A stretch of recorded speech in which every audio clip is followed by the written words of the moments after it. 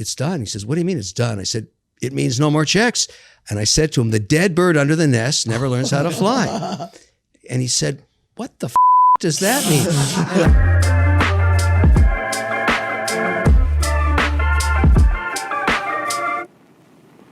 Mr. Wonderful. Mr. Wonderful. Is that a Richard Mille on your wrist? No, this is a hot new company. You know, I'm huge in watches. Here we go. And listen, I don't own any equity in them. I just appreciate the art of making great pieces. Aventi, and they're out of Australia. And I always tell these young watchmakers, listen, I'm very supportive, but make me a single one-of-a-kind piece that I could feature on Shark Tank. And this is going to be this season's. This is a crazy watch. I mean, and you're not involved in the company? No.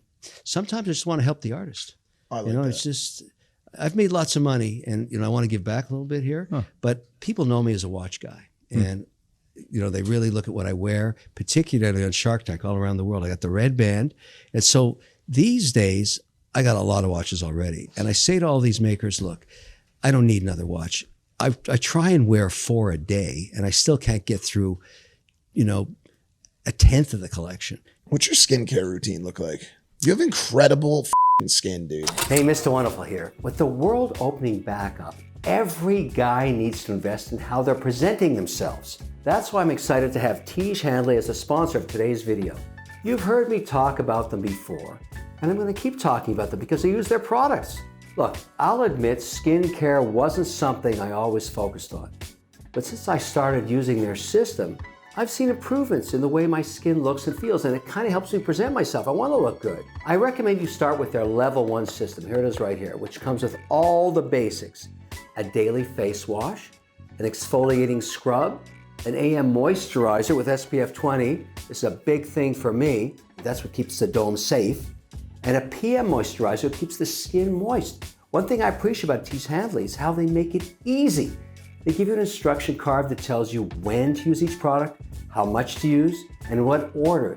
You don't have to take my word for it because they have over 5,000 5-star reviews from satisfied customers all around the world. Also, Tiege Handley members get tons of benefits, including at least 20% off the retail price, free US shipping, access to exclusive monthly deals. Try the Level 1 system, which comes with all the basics: a daily face wash, an exfoliating scrub, an AM moisturizer with SPF 20, and a PM moisturizer for while you sleep. All for $30, which is super affordable.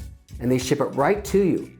And because Tiege Handley is sponsoring today's video, they're offering my viewers a great deal. Just click the link in the description, and not only will you get Tiege Handley for the best possible price, I love that, but they'll also give you a free gift with your first box. Click that link and get started today. I don't endorse products I don't use, but this AM SPF 20 keeps the Dome of Desire looking just wonderful. Check out Tiege Handley. It's all about skin and how you feel and how you look. You do so much. You do so much. I was with Mark Roberts this morning. Yeah. Our mutual friend. Yeah. He's like a stepdad to me. My Miami stepdad. Tell him what he owns. Tell the people what he owns. Mark Roberts owns 11 and a plethora of other things, real estate, and he's a business man. Yep. And I said, yo, what do I ask Kevin? And so he told me to ask you about your routine. Yeah, well, Mark and I get up at the same time. 5 a.m. 5 a.m. and I work out for an hour right away. Either I take my bike out on the causeway, or I take a cruise down the beach or something, or I hit the machines. But I'm reading stuff from 5 to 6, and then maybe I do a CNBC hit or something. Tomorrow I'm going to do Good Morning America, but I want to be wired by the time I'm on television. I want to be worked out, and I want to feel healthy.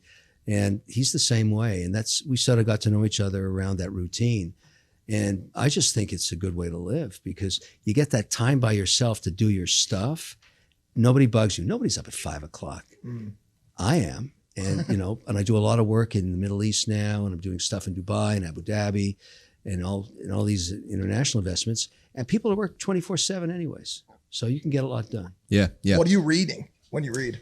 I read research that's sent out to me, because my biggest business is financial services. And, we make indexes for sovereign wealth and pension plans.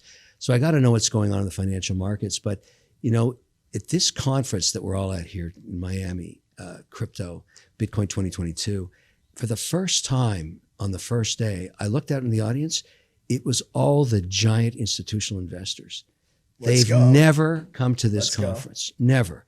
And I started asking, guys, what are you doing here? And they're saying, we sense the world's changing. We see the policy coming.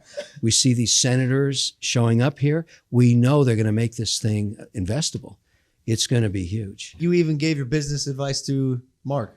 Of course, I tell him what to do every day. Doesn't always listen, but he's doing. Are you the reason he's rich? No, but we're in a couple of deals together. We really are. We invest together in some things.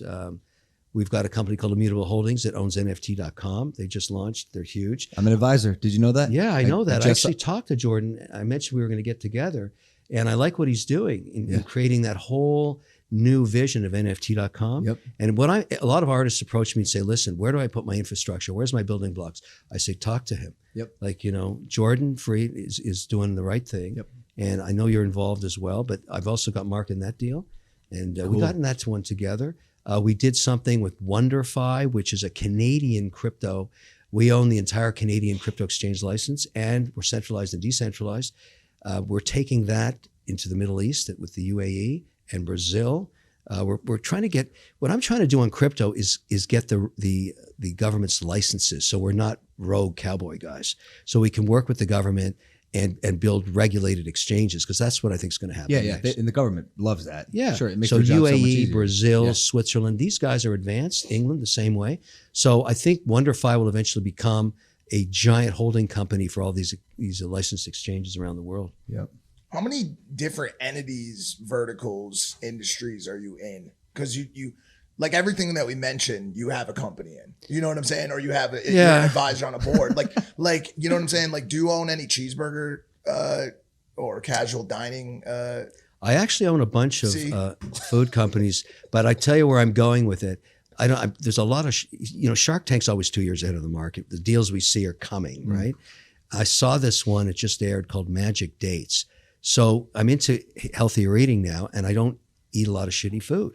But she found a way to actually take date paste and make a very, very healthy snack that tastes sweet, that doesn't spike your glucose.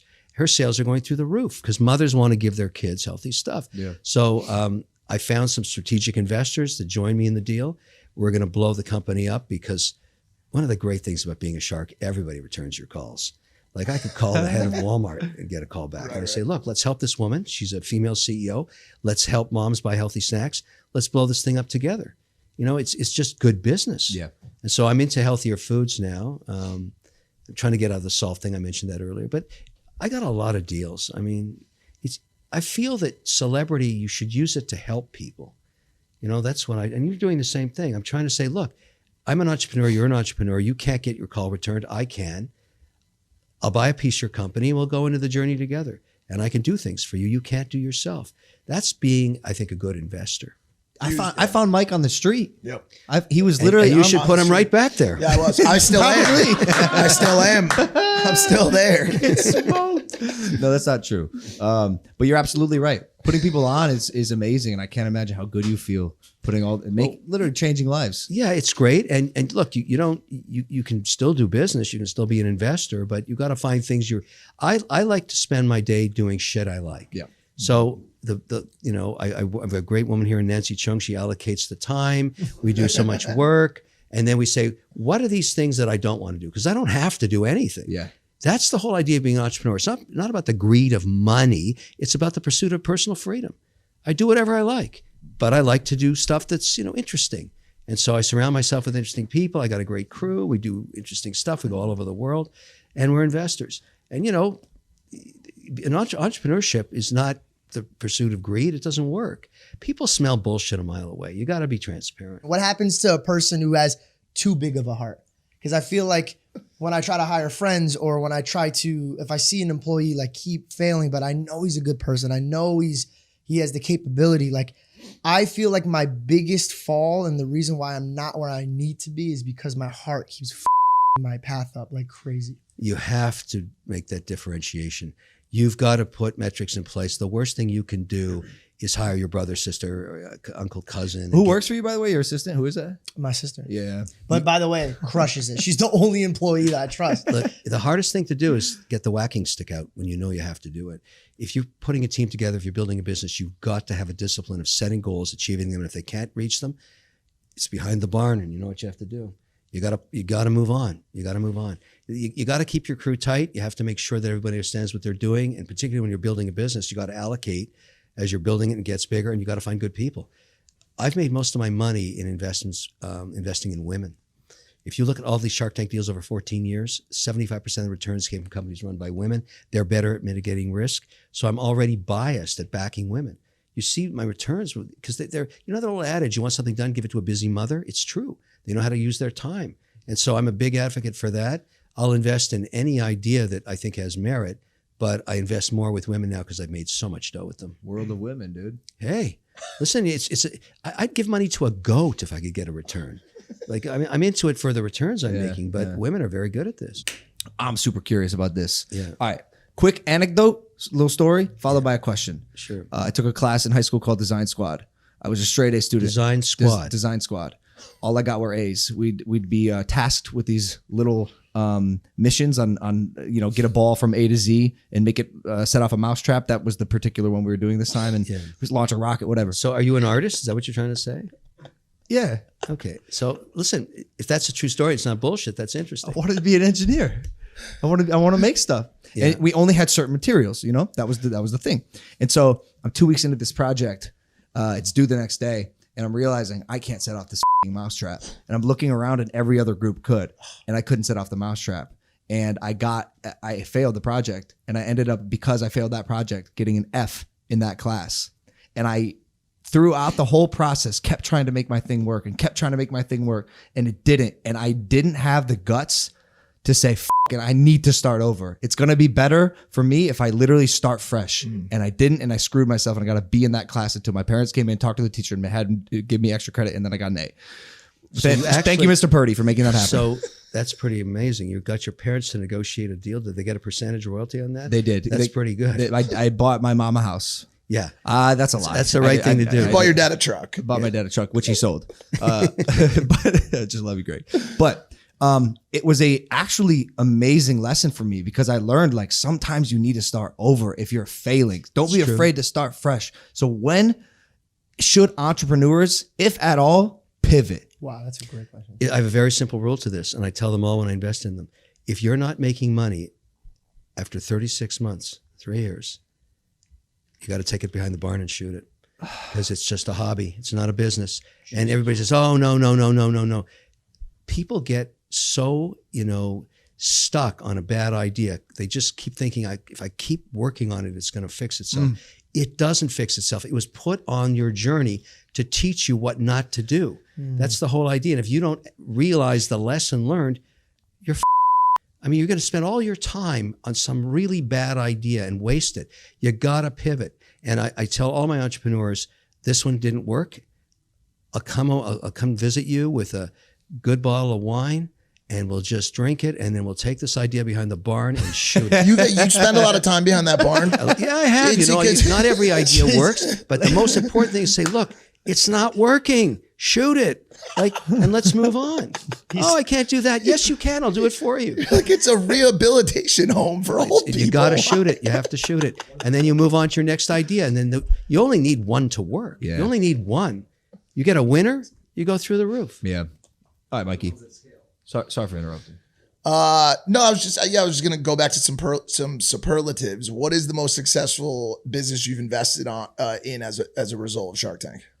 So the number one exit was a deal called Plated. Okay.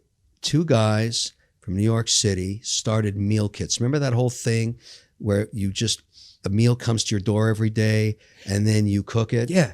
That whole idea. And Blue Apron. Blue Apron was the big guy at the time. Got it. So what happened was the grocers started to see this trend occurring, and they saw that Whole Foods was bought by Amazon, and they went, oh no. So Albertson approached us at Plated and said, we'd like to buy you. They bought it for $340 million. That was a Shark Tank deal. It was only 36 months old. and it had grown dramatically. And so that was the biggest exit in Shark Tank history. And that paid for a lot of my mistakes on Shark Tank. Yeah. But there are deals now on Shark Tank, and there's one being negotiated right now. I can't announce it yet. It's actually one run by a woman that's going to be the largest individual winner, because I own a small fraction of the business and she owns the rest of it. It's an extraordinary outcome. And she built something incredible. And of course, we're going to track it on Shark Tank. Shark Tank knows about it, but the deal hasn't been announced yet. We're getting $100 million deals all the time now on Shark Tank. Wow. Because the show does one thing that the real secret of Shark Tank is to understand that it reduces customer acquisition costs for its companies. 100 million eyeballs see every episode in syndication. So people see products and they order it online, and the company paid nothing to get the customer.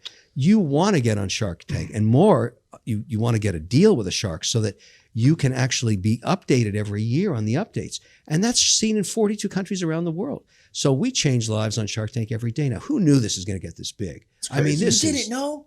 You didn't know that? We had no idea. I remember way. season 3, I said, wow, we got a dog and a cat watching this show. That's it. Season 4, things exploded because we went into this recessionary period and started coming out of it, and everybody wanted to be an entrepreneur. The reason we had you here today is Bubba Balls we're amazing. looking to get a strategic investor involved from the outside for a small portion of equity in Prime. Have you tried Prime? I don't have any equity. I to haven't, give you, actually. but Do you want to try some? Well, tell me what's in it. Is there too much sugar or not? Well, I'm glad you asked, Kevin. Yeah. 2 grams of sugar, Yeah. 10% coconut water, 25 calories. So hydration. 25 calories? That's it. Does it taste like Shen? You tell me. All right, give me the flavor you want me to try. What's your? You like sweet guy, Sorry kind of about grape, that. tropical punch. It's universal. Let's Grape. go tropical. Let's there you go. I love that flavor. I'm just going to let you know Bubba Ball's going to rock. Because this is a really competitive market, right? Yeah, very competitive. But we're competitive people. Yeah, and I get it. And so you're putting your brand on this? Yeah, it is. Yeah, me and my business partner, KSI. That's not shit. This tastes good. Thank you. It's doing very well. I'll tell you the sales. Yeah, let's hear it. 2 months in, we sold 10 million bottles. 10 million bottles? How many dollars? Math's not really. Why don't you a say it? strong Why don't you suit. say it? $10 million. Nah. But, It's and how are you getting distribution? yeah. Walmart, Target, Kroger, CVS, Vitamin Shop, So GNC. they built this business up, then approached you to be a brand ambassador? No, started it from the ground. Really? Yeah, we worked on it for 8 months behind the scenes. That's pretty good. Because in this category, getting distribution is everything. It is everything. That's why it works. Our manufacturer and our partners. So are, you don't lend your brand to this, or people just know your Prime? Like, how does this work? No. Yeah, well, I'm a co-founder with But if KSI. if I go online and look at the advertising of this, are you all over? Yes, this? 100%. Okay, so that makes sense to me. If you have equity in it and you're promoting it, and it's an entrepreneurial vision, which it is, and you've achieved that in sales, the thing you got to do with these kinds of beverage models, you got to get yourself to 50 million in sales. Because at 50 million, you're starting to encroach on share of the big boys. And what happens then is they want to buy you. We're on pace through. Yeah, but it doesn't work till it's 50. On the way to 50, they're going to do everything in their power to crush you and get you off the shelf. Yeah. And so that's what you're going to be fighting. It's such a competitive space because the shelf is completely loaded with competitors, and you know who they are. Yep. And they don't like dirty little startups like you. Yep. But you have a competitive advantage because of your brand. But you've got to run till you're at 50. Once you're at 50, it's very defensible. So you got to get more distribution. Yeah, we have some amazing things planned. I mean, honestly, we just scratched the surface in terms of what we're capable of doing. Yeah. My partner is the biggest influencer / celebrity in the United Kingdom. We still haven't launched there. Those numbers aren't even. So you're going international?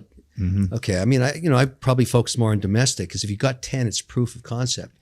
It's hard to get 1 million in this category. People struggle like crazy.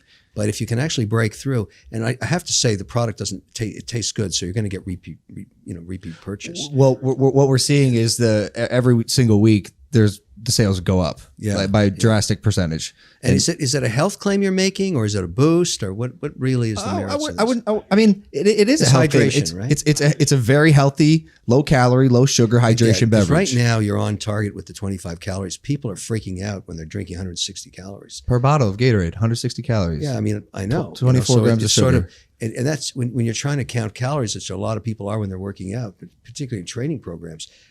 You don't want to, this is perfect, 25 calories. So that was the idea. I mean, when I see 25 calories, I immediately think, oh, it's going to taste like shit. It's going to have that, fake, sugary, fake, long aftertaste. Yeah. This does not have that. And I think you're achieving it with just a small amount of sugar.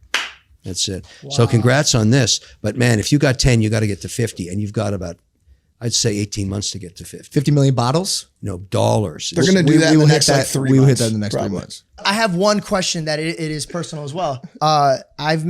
My biggest fear is, God willing, being very successful and then losing my kid's soul in the process, because how am I supposed to raise? No, for real, because I've never met, rarely, 1 out of 10 really wealthy people do I see their kids come out to be really great well. question. How do you raise your kids I see. in a humble light? So that's entitlement.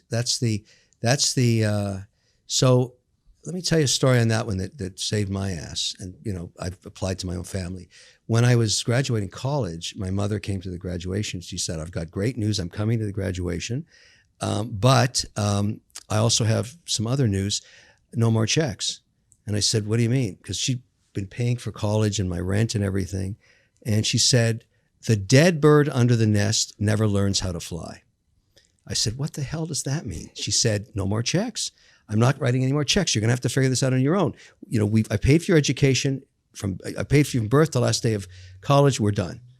And I thought, shit. I mean, because I really had no job or anything. And I had a tough couple of years. I mean, I couldn't even pay the rent. But it worked out and I got motivated. And, obviously I'm pretty happy about the outcome.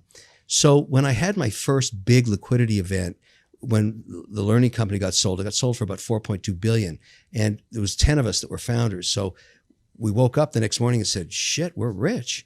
We didn't even think about it. We came back to work and kept going. But when I went over, that was in Cambridge, and I went over to Boston and saw the lawyers and said, look, I want to set up a trust that basically provides for my kids, because they were 4 and 6 at the time. And it pays for everything for them until they finish college. And then they get nothing. And he said, what the hell is that? I said, well, it's a way that I can provide for them to set them up in life, but not entitle them. I was taking a cue from my mother's strategy, same idea. And I went home that day and I told my wife I was going to do this. And I sat down with my 2 kids and I said, here's how this trust works. And everything's good until, even if I get run over by a truck, you're good till you finish college. And they went, yeah, that's great, Dad. Didn't give a shit about it. They were 4 and 6. So I can't believe you sat your 4 and 6-year-old. But I had when to you disclose what graduate- I'd done. Years later, we're still in Boston, and my son is doing really poorly in high school. He is sucking and just not applying himself, and his marks are terrible. And the way to look at high school is it's just like a test to get into college. You got to pass a few things. And so one day he says to me, I'll never forget this conversation. Lynn and I were going out to a movie that night, and he says, hey, Dad, one of my friends was telling me about his trust fund.